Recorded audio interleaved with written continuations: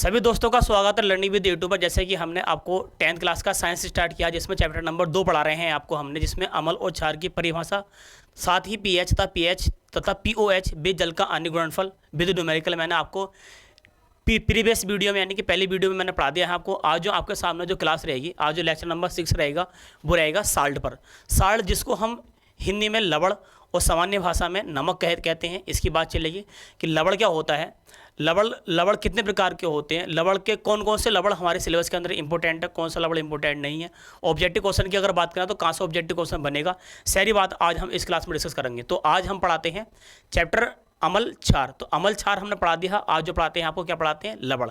तो स्पेशली आज जो क्लास स्टार्ट करेंगे वो करेंगे साल्ट यानी कि लवण क्या होता है। तो देखो स्टार्ट करते हैं लवण। यहाँ लिख रखा है लवण, जिसको इंग्लिश में क्या बोलते हैं, साल्ट बोलते हैं।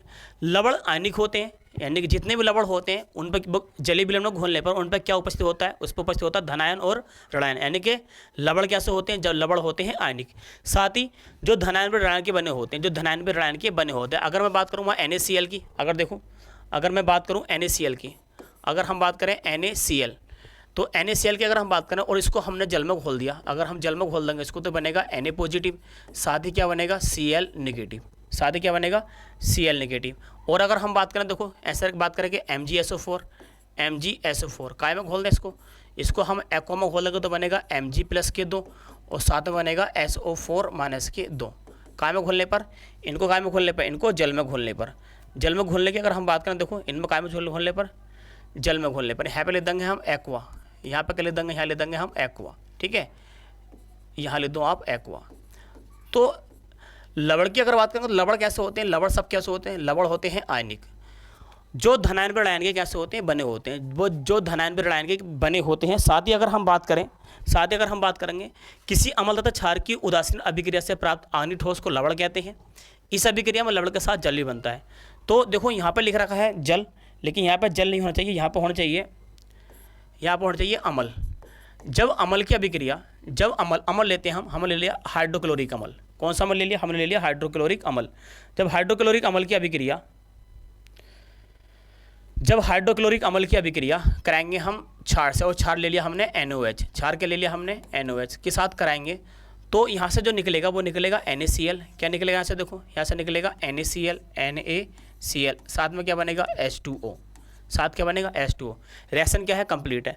जब हाइड्रोक्लोरिक अम्ल की अभिक्रिया कास्टिक क्षार के साथ कराते हैं तो सोडियम क्लोराइड बनता है, जिसको नमक बोलते हैं। साथ ही क्या बनेगा, हमारे पास जल बनेगा, जिसको लवण के बनाने की अभिक्रिया कहते हैं। साथ ही अगर हम बात करें, देखो एग्जाम्पल नंबर 2 की अगर बात करें, देखो नमक की अगर हम बात करेंगे, जिसका नाम क्या है, इसका नाम क्या है, देखो इसका नाम है, साधारण का नाम क्या है, नमक, और केमिस्ट्री नाम क्या है, केमिस्ट्री नाम है सोडियम क्लोराइड। इसकी बात करें तो इसका नाम क्या है, हाइड्रोक्लोरिक अम्ल। क्या नाम है इसका, हाइड्रोक्लोरिक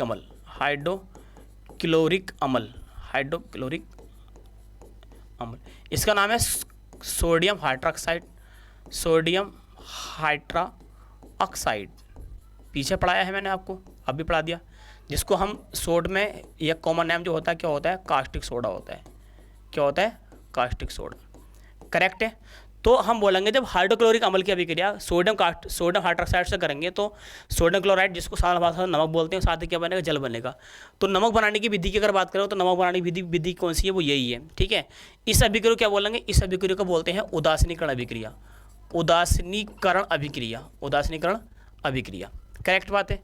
आगे देखते हैं सर एक आधा एग्जाम्पल और, एक नेक्स्ट एग्जाम्पल की अगर हम बात करें, नंबर 2 एग्जाम्पल की अगर हम बात करें तो नंबर 2 पे है, देखो जब हम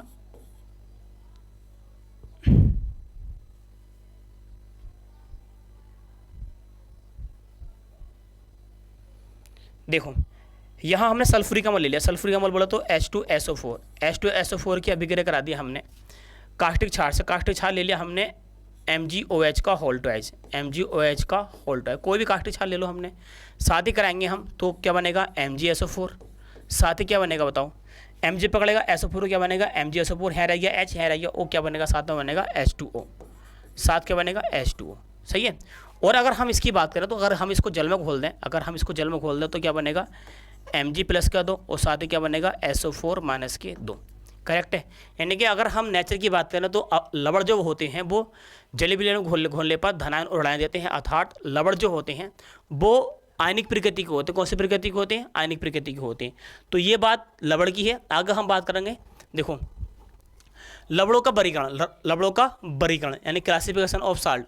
लवण 6 प्रकार के होते हैं। लवण कितने प्रकार के होते हैं? 6 प्रकार के होते हैं। एक तो होता है अम्लीय लवण, एक होता है, दोनों जगह अम्लीय, हाँ यहाँ पर लिख रखा है अम्लीय, लेकिन यहाँ पे देखो यहाँ लिख रखा है नॉर्मल की हिंदी होती है सामान्य लवण, यहाँ होना चाहिए सामान्य लवण, सामान्य लवण जिसको इंग्लिश में बोल रखा है नॉर्मल साल्ट। बे लवण जिसमें एच पॉजिटिव तथा OH नेगेटिव नहीं होते, बे लवण जिनमें एच पॉजिटिव तथा OH नेगेटिव नहीं होते उन्हें क्या बोलते हैं? सामान्य लवण कहते हैं। जैसे कि फॉर एग्जाम्पल NaCl कौन सा लवण है? सामान्य लवण। नंबर 2 की बात करेंगे तो KCl। नंबर 3 की अगर हम बात करें तो MgSO4। फोर्थ की अगर बात करें तो ZnSO4, MgCl2, MgCl2 आदि लिख दिया यहाँ पे, बहुत ज़्यादा हो सकते हैं लेकिन हमने जो है आदि लिख दिया यहाँ पे। तो देखो सामान्य लवण की अगर बात करेंगे तो नमक यानी कि NaCl, KCl, MgSO4, ZnSO4 और MgCl2 ये लवण कौन से लवण होते हैं? ये लवण होते हैं सामान्य लवण। सामान्य लवण की खास पहचान क्या होती है? ऐसे लवण जिनके पास H पॉजिटिव तथा OH नेगेटिव नहीं होता उनको सामान्य लवण कहते हैं। नंबर 2 लिख रखा है अम्लीय लवण। नंबर 2 का लिख रखा है अम्लीय लवण जिसको इंग्लिश में बोल रखा है एसिडिक साल्ट। बे लवण जिनमें हाइड्रोजन परमाणु उपस्थित होता है, बे लवण जिनमें हाइड्रोजन परमाणु उपस्थित होता है। जैसे कि फॉर एग्जाम्पल बात करेंगे KHSO4, KHSO4, ठीक है। बात करेंगे NaHCO3, NaHCO3। बात करेंगे देखो KHSCO3 या हम बात करेंगे NaHSO4। तो बे लवण जिनमें हाइड्रोजन परमाणु उपस्थित होता है उसको क्या बोलते हैं? अम्लीय लवण बोलते हैं। देखो इसमें हाइड्रोजन परमाणु है जिसका नाम क्या है? पोटेशियम बाइसल्फेट, इसका नाम क्या है? सोडियम बाइकार्बोनेट, इसका नाम क्या? Potassium bicarbonate. तो बे लवण जिसमें हाइड्रोजन उपस्थित होता है, बे लवण जिनमें हाइड्रोजन परमाणु उपस्थित होता है उसको क्या बोलते हैं? अम्लीय लवण बोलते हैं, ठीक है। इसी प्रकार क्षारीय लवण जिसको इंग्लिश में बोल रखा है बेसिस, और एल्केनिक साल्ट यानी कि बे लवण जिनमें हाइड्रोक्साइड आयन होता है। क्या होता है? हाइड्रोक्साइड आयन उपस्थित होते हैं उनको क्या बोलेंगे? उनको बोलते हैं क्षारीय लवण। जैसे कि फॉर एग्जाम्पल MgOH का OH तथा Cl। देखो मैग्नीशियम हाइड्रोक्साइड क्लोराइड, इसमें जो है OH क्या है? क्षार है। तो बे लवण जिसमें क्षार उपस्थित होता है उसको क्षारीय लवण कहते हैं। एग्जाम्पल नंबर नेक्स्ट अगर हम बात करेंगे तो ZnOHCl, ZnOHCl। Example number next की अगर बात करेंगे तो हम बोलेंगे MgOHBr, OHBr ऐसा मान लो, ठीक है। तो तीनों लवण समझो, दूसरा का रिपीट कर रहा हूँ मैं। लवण के प्रकार, लवण 6 प्रकार के होते हैं जिसमें कि 3 लवण हमारे सामने रखे हैं। नंबर 1 पहले की बनो हुई है सामान्य लवण जिसको हम नॉर्मल साल्ट बोलते हैं, जिसमें हाइड्रोजन H पॉजिटिव तथा OH नेगेटिव नहीं होता उसको क्या बोलते हैं? सामान्य लवण बोलते हैं। ऐसे लवण जिसके अंदर अम्ल उपस्थित होता है, क्या उपस्थित होता है? अम्ल। बोला तो H अगर उपस्थित होता है तो उसको बोलते हैं अम्लीय लवण। ऐसे लवण जिसमें OH उपस्थित होता है उसको क्या बोलते हैं? क्षारीय लवण। करेक्ट बात। नंबर पढ़ते हैं 4th पर। देखो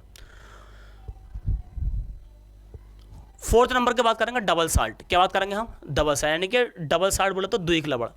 मोस्ट इंपोर्टेंट है ये मोस्ट इंपोर्टेंट है। ऑब्जेक्टिव क्वेश्चन 110% पूछेगा इसमें।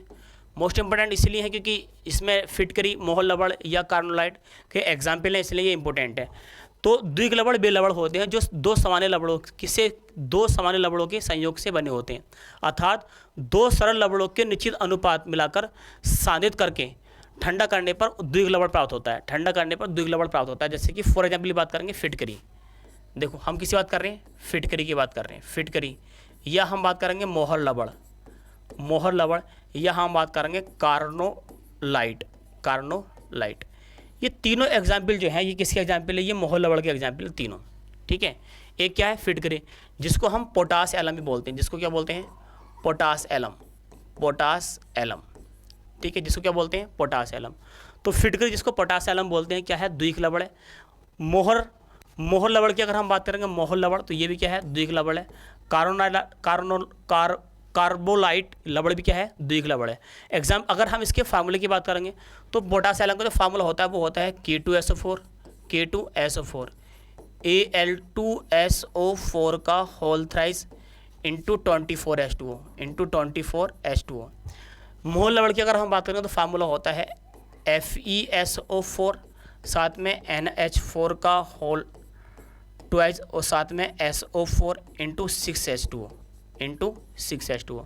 कार्बोनाइट की बात करेंगे तो फार्मूला होता है KCl इंटू MgCl2 साथ में 6H2O। क्या होता है 6H2O। तो द्विघ लवण इंपॉर्टेंट इसलिए हैं क्योंकि इसके जो एग्जाम्पल हैं बहुत मोस्ट इंपॉर्टेंट है। कई फिर क्वेश्चन बना है कि फिटकरी है सामान्य लवण, द्विघ लवण, क्षारीय लवण या फिर अम्लीय लवण। तो है ऑब्जेक्टिव क्वेश्चन आता है द्विघ लवण से। द्विघ लवण के ऑब्जेक्टिव के साथ साथ द्विघ लवण से आते हैं क्वेश्चन जो आगा फिटकरी या मोहर लवण या कार्बोनाइट किस टाइप का एग्जाम्पल है। एग्जाम्पल बहुत पूछता है। स्पेशली एक बात और है कि फिटकरी होवे या आपका मोहर लवण होवे या आपका क्या होगा कार्बोनाइट होवे, इसके फार्मूले भी आपसे पूछता है। तो द्विघ लवण इसलिए इंपॉर्टेंट है। इस क्वेश्चन को बिल्कुल याद रखेंगे, बहुत बड़े इसको अपने राइटिंग में अपने इसको नोट्स में लिखो और उसको याद रखो, ठीक है। आगे अगर हम बात करते हैं नंबर 5 पर, संकर लवण जिसको इंग्लिश में बोलते हैं कॉम्प्लेक्स साल्ट। बे लवण जो जल में डूबकर एक सरल संकर आयन बनाते हैं संकर लवण कहलाते हैं। संकर लवण की खास पहचान होगी जो कि बड़े ब्रैकेट के अंदर क्या होगा बंद होगा। जैसे कि मैंने माना कि K positive K plus K4FeCN का होल 6, ये क्या है द्विघ लवण है। साथ ही अगर हम बात करें NiCO का होल 4, ये भी क्या है द्विघ लवण है। नंबर अगर आगे बात करेंगे तो हमारे पास COH2O का होल ट्वाइस, Cl2 और NH3 का होल ट्वाइस और साथ में इधर बाहर लिख देंगे हम Br, इधर क्या लिख दिया हमने Br। तो संकर लवण वे होते हैं जिसको इंग्लिश में कॉम्प्लेक्स साल्ट बोलते हैं, जिसको बड़े ब्रैकेट के अंदर बंद करते हैं। खास पहचान ये होती है कि ये लवण जो होते हैं जल में हानिकारक नहीं होते हैं, ठीक है। और दूसरी बात आपको सिर्फ संकर लवण को याद करने के लिए एक ही बात याद रखो कि ये बड़े ब्रैकेट के अंदर बंद होते हैं। और दूसरी बात अगर ऑब्जेक्टिव क्वेश्चन पूछेगा, जैसे मैंने बताया आपको कि संकर लवण वे होते हैं जो जल में हानिकारक नहीं होते, यानी जल के अंदर डिजोल्व नहीं होते, ये नहीं घुलते हैं, ठीक है। बात करेंगे मिश्रित लवण, वे लवण जिनमें एक या एक से अधिक क्षारीय मूलक अम्लीय या क्षारीय मूलक होते हैं। जैसे कि H तथा OH आयन के अतिरिक्त H तथा OH आयन के अतिरिक्त भी होने चाहिए। जैसे कि मैं आपसे बात कर लगा, देखो Mg और साथ में हम बात करें H नहीं होना चाहिए।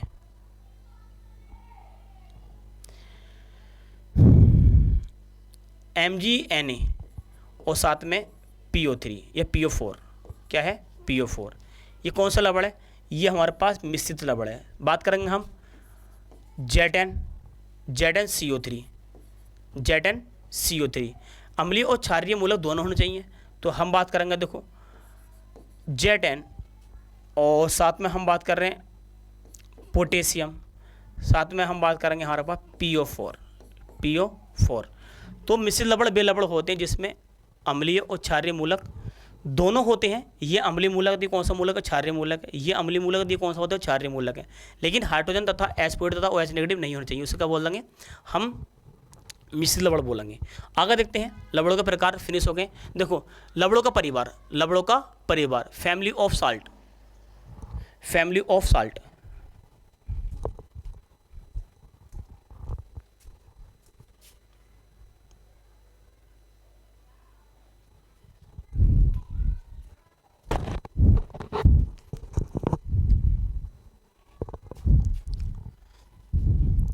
लवणों के परिवार की अगर बात करेंगे फैमिली ऑफ साल्ट की बात, तो मोस्ट इंपॉर्टेंट टॉपिक स्टार्ट हो गया। जैसे कि फॉर एग्जांपल नंबर 1 पे लिख रखा है साल्ट, यानी कि जिसका फार्मूला होता है NaCl। नंबर 2 पे लिख रखा है कास्टिक सोडा, जिसका फार्मूला होता है NaOH। नंबर 3 पे लिख रखा है ब्लीचिंग पाउडर, जिसका फार्मूला होता है CaOCl2। नंबर 4 पे लिख रखा है बेकिंग सोडा का फार्मूला होता है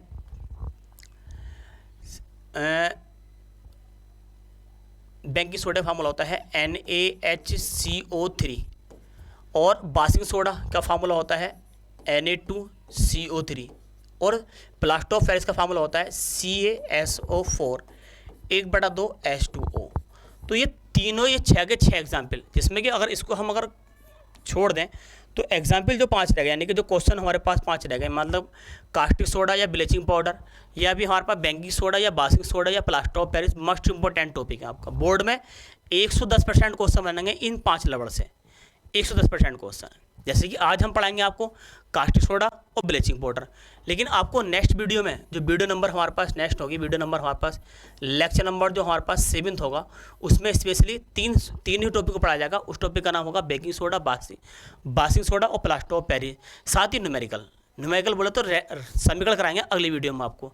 तो अगली वीडियो में जो मिलेगा आपको वो बेकिंग सोडा मिलेगा, बासिंग सोडा मिलेगा, प्लास्टर ऑफ पेरिस मिलेगा, साथ ही आपको एक्सरसाइज कराएंगे, एक्सरसाइज के अंदर कि समीकरण होती कैसे हैं ये आपको सिखाएंगे। तो आज जो हम बात करेंगे वो क्या बात करेंगे, हम करेंगे साल्ट पर, कास्टिक सोडे पर और बचिए ब्लीचिंग पाउडर पर। ये इतने इंपॉर्टेंट जितने इंपॉर्टेंट ये दोनों हैं, ठीक है। तो स्टार्ट करते हैं नंबर 1 पर। नंबर 1 पर स्टार्ट करते हैं आज साधारण नमक, जिसको बोलते हैं इंग्लिश में कॉमन साल्ट। बेलवर जो हाइड्रोक्लोरिक अम्ल तथा सोडियम हाइड्रोक्साइड के संयोग से सोडियम क्लोराइड बनता है, जिसको साधारण नमक कहते हैं। जैसे इसका नाम क्या है, हाइड्रोक्लोरिक अम्ल। बात करेंगे तो HCl की अभिक्रिया किससे कराएंगे, सोडियम हाइड्रोक्साइड से। सोडियम हाइड्रोक्साइड का फार्मूला क्या होता है, NaOH। तो क्या प्राप्त होता है, सोडियम क्लोराइड NaCl, साथ में क्या बनेगा, H2O, साथ में क्या बनेगा, H2O। तो साधारण नमक उसको कहते हैं जो कि सोडियम क्लोराइड होता है। जैसे कि जो किससे प्राप्त होता है, जो हाइड्रोक्लोरिक अम्ल से और सोडियम हाइड्रोक्साइड से, जिसको हम उदासीनीकरण अभिक्रिया बोलते हैं। जिसको हम क्या बोलते हैं, उदासीनीकरण अभिक्रिया। उदासीनीकरण अभिक्रिया जो होती है, जिससे क्या प्राप्त होता है, जिससे सोडियम क्लोराइड प्राप्त होता है, जिसको हम साधारण नमक कहते हैं। सोडियम क्लोराइड यानी कि नमक के उपयोग की बात करें तो साधारण नमक का उपयोग भोजन में नमक के रूप में होता है, यानी कि भोजन पकाने में होता है। साथ ही इसका उपयोग जैसे कास्टिक सोडा, बेकिंग सोडा, धावन सोडा, व्यंजक चूर्ण आदि के निर्माण में भी करते हैं। तो ये अभी पढ़ाएंगे कि कास्टिक सोडा से नमक से कास्टिक सोडा कैसे बनेगा, नमक से बेकिंग सोडा कैसे बनेगा, नमक से धावन सोडा कैसे बनेगा। तो ये सारे टॉपिक कभी आपके सामने आएंगे। तो नंबर 2 पे क्या लिख रखा है, इसका उपयोग कास्टिक सोडा, बेकिंग सोडा, धावन सोडा, व्यंजक चूर्ण आदि बनाने में करते हैं। उन देशों में जिनमें भारी हिमपात होता है, हिमपात बोलो तो ऐसे देश जहाँ पर ज़्यादा बर्फबारी होती है, यानी कि ज़्यादा बर्फ गिरता है। सड़कों पर, घरों पर जब बर्फ़ गिर जाएगा तो उस जगह बर्फ़ को सड़क पर से हटाने के लिए, या घरों पर से, या फॉर एग्जांपल तो यही सही है कि अगर ऐसे देश जहाँ पर बहुत ज़्यादा मात्रा में बर्फ़ गिरता है, सड़कों पर बर्फ़ इकट्ठा हो जाता है, या उन्हीं घरों पर बर्फ़ इकट्ठा हो जाता है, तो सड़कों पर नमक की बोरियाँ ले जाकर उनको डाला जाता है। किस पर, सड़कों पर नमक की बोरी ले जाकर उन पर डाला जाता है, जिससे कि सड़क क्या हो जाए, नमक क्या हो जाए, पिघल जाए, जिससे कि सड़क क्या हो जाए, साफ़ हो जाए। तो उन देशों में जिनमें भारी हिमपात होता है, वहाँ पर नमक की बौछार द्वारा सड़क को साफ करने में करते हैं। किसका उपयोग, नमक का उपयोग। जब अधिक पसीना आने से शरीर में मांसपेशियाँ में ऐंठन, अधिक पसीना आकर तो आपने एग्जाम्पल देखा होगा, जब हमें अधिक पसीना आता है तो हमारी बॉडी में थोड़ी वीकनेस उत्पन्न होती है, फिर हम जाकर पानी पीते हैं तो हम बोलेंगे ऐंठन उत्पन्न होती है। जब अधिक पसीना आने से शरीर में मांसपेशियों में ऐंठन अर्थात नमक की कमी होती है। किसी कमी होती है, नमक की कमी होती है। तो विद्युत अपघट्य विलयन को नमक की कमी को रोकने के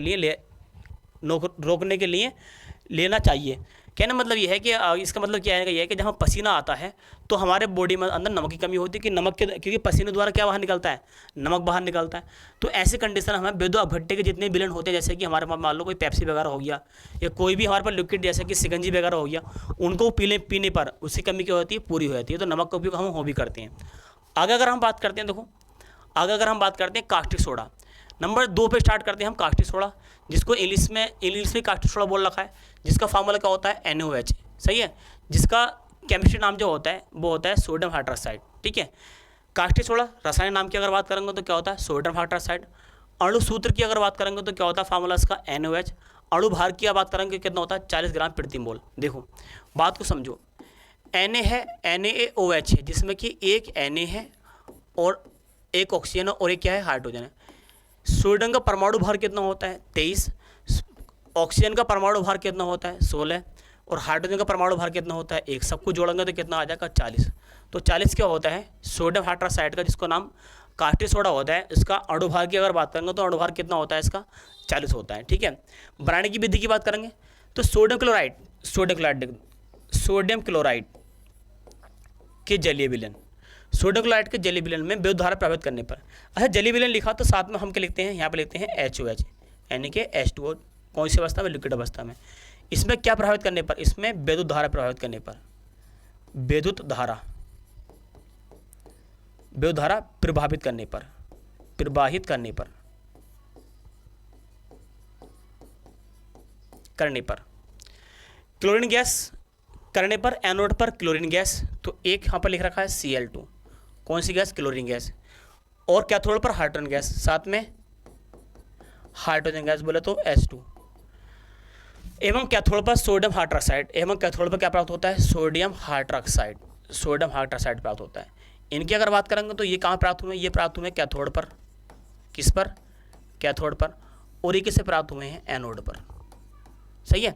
रेशन की अगर बात करेंगे तो Na इधर एक है, तो इधर भी Na एक है, Cl कितने इधर, Cl इतना ये एक है, इधर कितना Cl 2 है, तो यहाँ से हम कितने गुणा मार देंगे, 2 से गुणा मार देंगे, Na भी कितना हो जाएगा, 2 हो जाएगा, तो सोडियम 2, तो सोडियम 2, Cl कितने हो गए, 2 हो गए, Cl भी कितने हो गए यहाँ पे, 2 हो गए, H कितने हैं यहाँ पे देखो 2, लेकिन यहाँ पे H कितने हो गए देखो 2 यहाँ पर और 2 यहाँ पर 4, तो 2 से गुणा हम यहाँ मार देंगे, रेशन क्या हो जाएगी, कंप्लीट हो जाएगी। O की बात करेंगे तो O2 यहाँ पर है, O2 यहाँ पर है। तो कास्टिक सोडा की अगर बात करें, कास्टिक सोडा किस चीज़ से बनता है, तो हम बोलेंगे जब सोडियम क्लोराइड के जेली विलयन में, सोडियम क्लोराइड के जेली विलयन में विद्युत धारा प्रभावित करते हैं, तो एनोड पर क्लोरीन गैस, एनोड पर कौन सी गैस, एनोड पर क्लोरीन गैस तथा कैथोड पर हाइड्रोजन गैस, ठीक है। तो यहाँ पर हल्की सी मिस्टेक हो गई है, देखो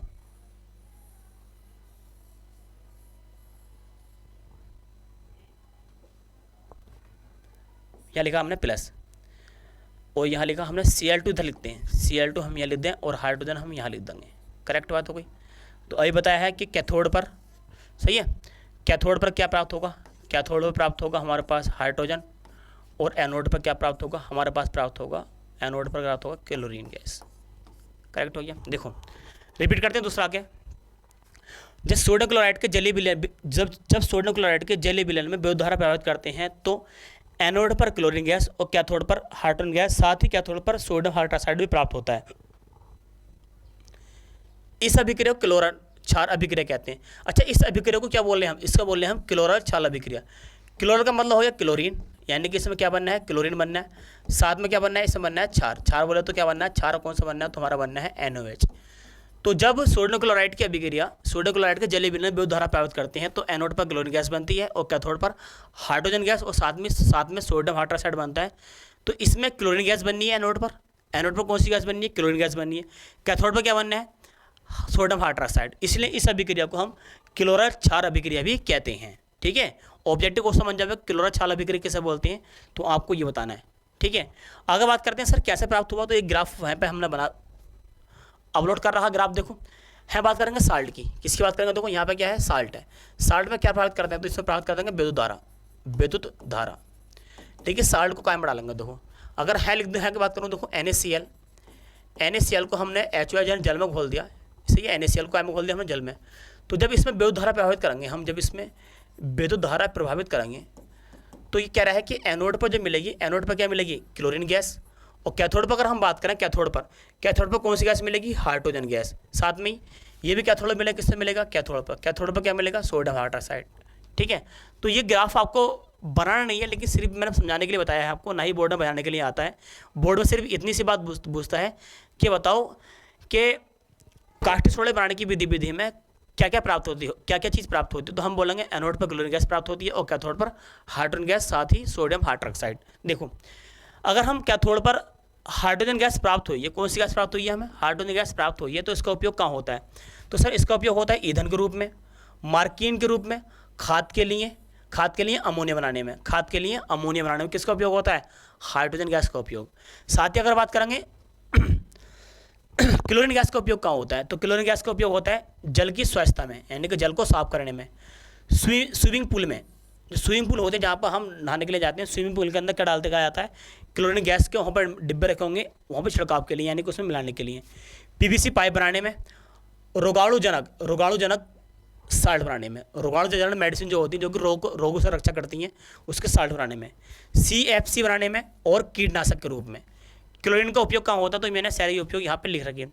साथ ही अगर बात करें सर कास्टिक जो क्षार आया है उसका उपयोग कहाँ होता है, तो हम बोलेंगे धातुओं से ग्रीस हटाने के लिए करते हैं। किसका उपयोग, कास्टिक क्षार का उपयोग किसका कहाँ उपयोग होता है, धातुओं से ग्रीस को हटाने में कार्य करते हैं। साबुन बनाएंगे इससे, साथ में अपमार्जक भी इससे बनाएंगे, कागज़ बनाने के लिए भी उसका उपयोग किया जाता है, और कृत्रिम फाइबर बनाएंगे, ठीक है। तो मोस्ट इंपोर्टेंट टॉपिक है, बहुत ही ज़्यादा मोस्ट इंपोर्टेंट है, ऑब्जेक्टिव क्वेश्चन बनकर आता है कि आपसे जो कास्टिक सोडा बनाने की विधि थी जिसमें कि आपने सोडियम क्लोराइड के जलीय विलयन में विद्युत धारा प्रवाहित करी है, तो आपके एनोड पर जो है क्लोरीन गैस प्राप्त हुई है और कैथोड पर जो है हाइड्रोजन गैस प्राप्त हुई है। तो आप ये बताओ कि हाइड्रोजन गैस का या क्लोरीन गैस का या सोडियम हाइड्रोक्साइड जिसको कास्टिक क्षार बोल रहे हैं, इसका उपयोग कहाँ होता है?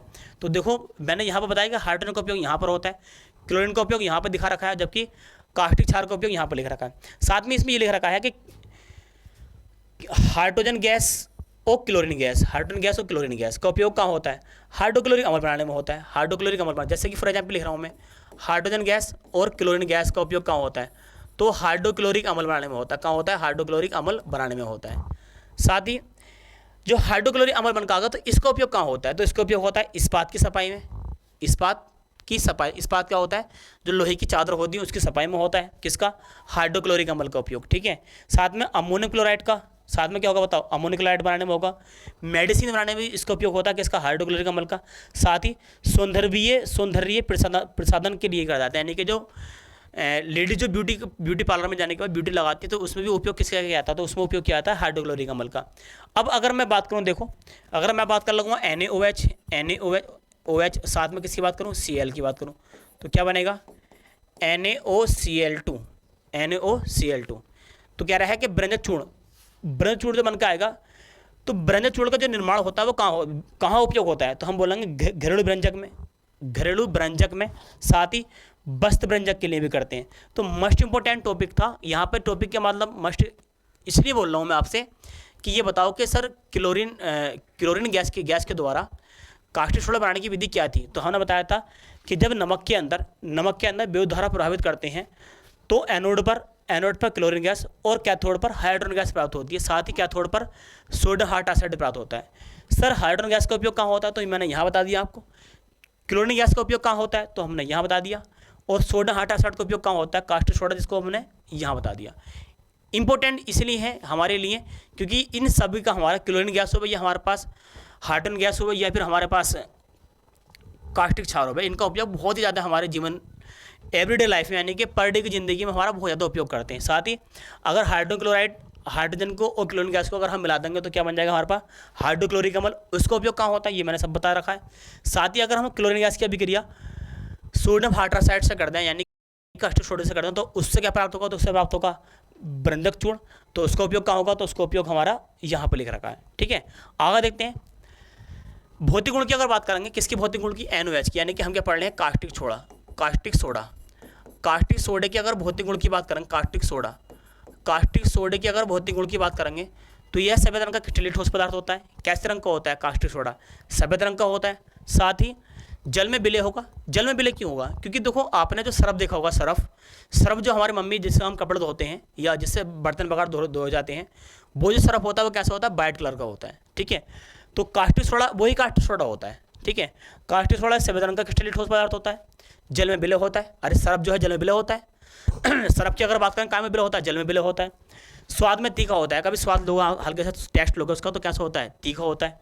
साबुन की तरह कैसा होता है? चिकना होता है। जैसे साबुन चिकना होता है वैसे चिकना कौन होता है? Caustic soda. संक्षारण गुण भी पाया जाता है, यानी कि अगर आप लोहे के ऊपर अगर आप इसको डाल दोगे तो लोहे पे क्या स्टार्ट हो जाएगी? जंग आना स्टार्ट हो जाएगी। तो संक्षारण गुण भी पाया जाता है। उपयोग बात करेंगे कास्टिक सोडे के उपयोग कहाँ होते हैं? कास्टिक सोडे के उपयोग कहाँ होते हैं? तो प्रयोगशाला में अभिकर्मक के रूप में। देखो एक बात मैं तुम्हें बता रहा हूँ, किसी का भी उपयोग अगर बोर्ड में आ जाए, यदि बोर्ड में आ जाए तो हमें पहला उपयोग यही लिखना हर किसी का कि प्रयोगशाला में अभिकर्मक के रूप में, ठीक है, हर किसी का। दूसरी बात करेंगे कास्टिक सोडे का उपयोग कहाँ होता है? तो इसका उपयोग साबुन तथा अपमार्जक के बनाने में भी किया जाता है।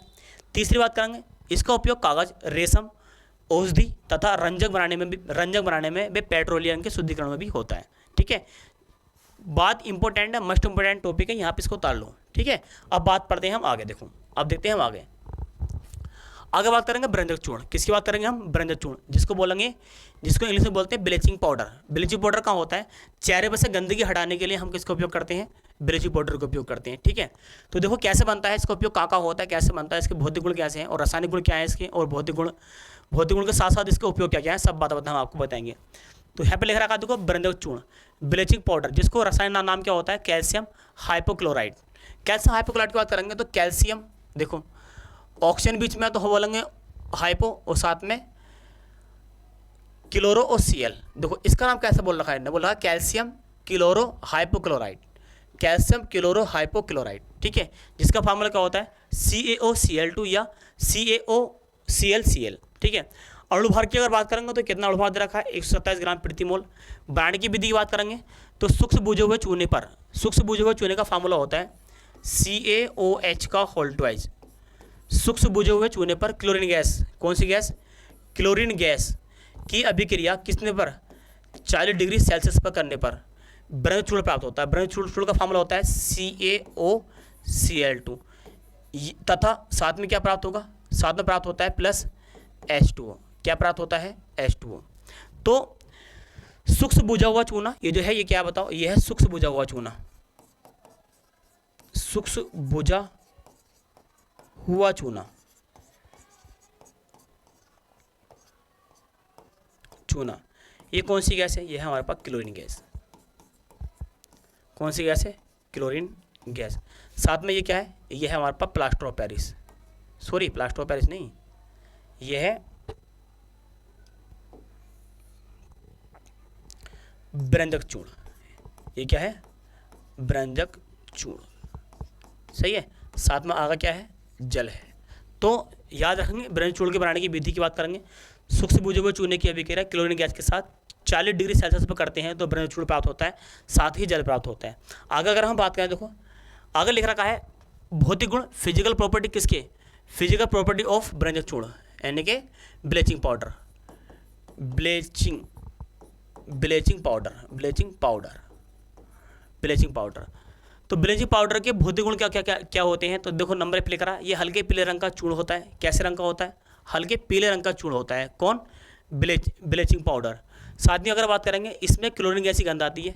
कैसी गंध आती है, क्लोरीन गैस, क्लोरीन जैसी गंध आती है। क्योंकि इसके अंदर ब्लीचिंग पाउडर का जो फार्मूला होता है COCl2 होता है, तो इसमें Cl उपस्थित होता है, इसलिए इसमें क्लोरीन जैसी क्या आती है, गंध आती है। इसे जल में घोलने पर दूधीय विलयन होता है। इसको जल में घोल देने में कैसे विलयन प्राप्त होगा, हमें दूधीय विलयन प्राप्त होगा। साथ ही ब्रंजक चूर्ण का उपयोग की बात करेंगे, यूज ऑफ ब्लीचिंग पाउडर। तो नंबर 1 पर क्या लिख रखा है, देखो जैसे मैंने ये पीछे बताया था कि हर किसी का उपयोग में नंबर 1 आपको यही पॉइंट लिखना है। कहीं भी अगर बोर्ड में लिख के आ जाए कि इसका उपयोग बताओ, पदार्थ कुछ भी हो गए इसका उपयोग बताओ, तो पहला उपयोग आपको यही लिखना है। नंबर 1 पर क्या लिखना है आपको, हर किसी का, प्रयोगशाला में अभिकर्मक के रूप में। नंबर 2, जल को शुद्ध करने में ब्लीचिंग पाउडर का उपयोग कहाँ होता है, जल को शुद्ध करने में। नंबर 3 की बात करेंगे जीवाणुनाशक के रूप में, जीवाणुनाशक के रूप में। नंबर अगर 4 की बात करेंगे तो ऊन को सिकुड़ने से बचाने में, ऊन को सिकुड़ने से बचाने में। नंबर 5 की अगर बात करेंगे चीनी को सफ़ेद करने में, चीनी को सफ़ेद करने में। और 6 की अगर बात करेंगे कागज़, कपड़ा, लकड़ी आदि के ब्रंजक के रूप में, ठीक है, ब्रंजक बोले सफाई करने के रूप में होता है। तो आज की क्लास इतनी, नेक्स्ट क्लास में आपको मिलते हैं हम